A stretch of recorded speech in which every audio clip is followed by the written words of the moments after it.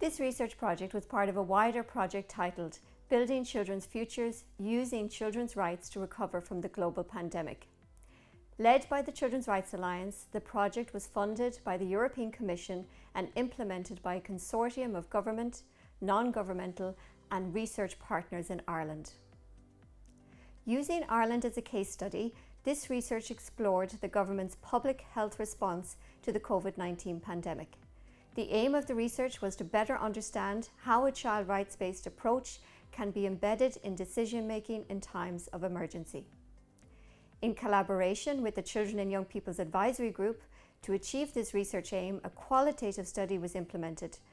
Focus groups with children and young people living in disadvantaged circumstances and research interviews with public officials core to the government's response to the COVID-19 pandemic were conducted.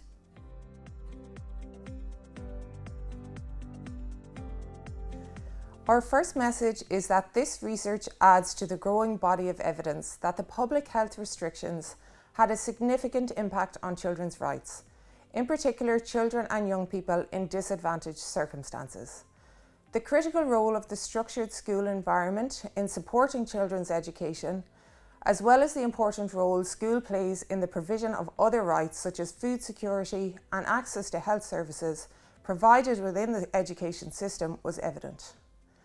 The impact of social isolation on these children's physical and mental health also emerged from the data.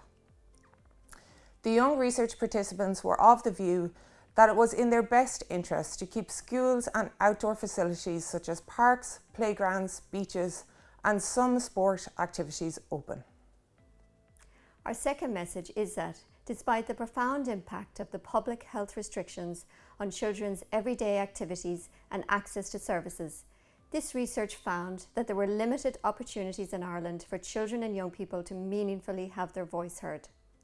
The evidence-based approach adopted by the Government Crisis Communications Group, which was informed by a weekly quantitative and qualitative tracker of public opinion and awareness, was not inclusive of under-18s. The young research participants themselves reported limited opportunities to have their voice heard, the vast majority sharing that they did not have a say in relation to the public health measures introduced, but they were of the view that their voices should have been heard. Thirdly, operating within the public health restrictions imposed during COVID-19, this research found that government departments, state agencies and local government sought to introduce measures to ensure continuity of services and supports in order to mitigate the impact of public health restrictions on children's rights. Although at the time measures adopted were ad hoc in nature and not mainstreamed. Common approaches included continuing to work to their core policy objectives and principles despite the changed working environment. Keeping services as open as possible by working with government and public health officials to have them designated as essential or critical services, or ensuring some level of discretion was maintained for one-to-one interactions with particularly vulnerable children.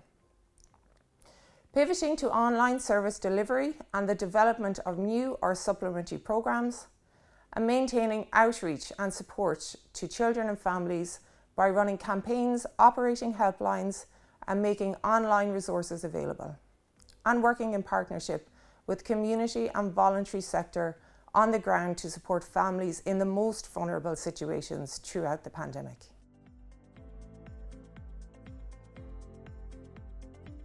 The two recommended actions are: firstly, in times of emergency or otherwise, a child rights impact assessment should be conducted by the relevant public officials when new legislative policy or public health measures are being introduced.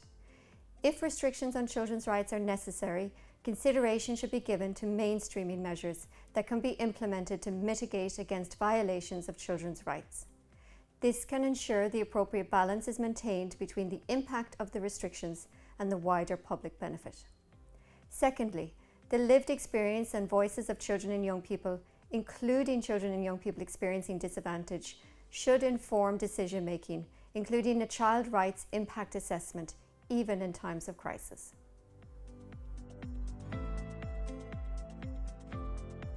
In terms of impact, a commitment within Ireland's national policy framework, Young Ireland, to develop an evidence-informed prototype of a child rights impact assessment tool and embed the consideration of children's rights in government decision-making has been actioned.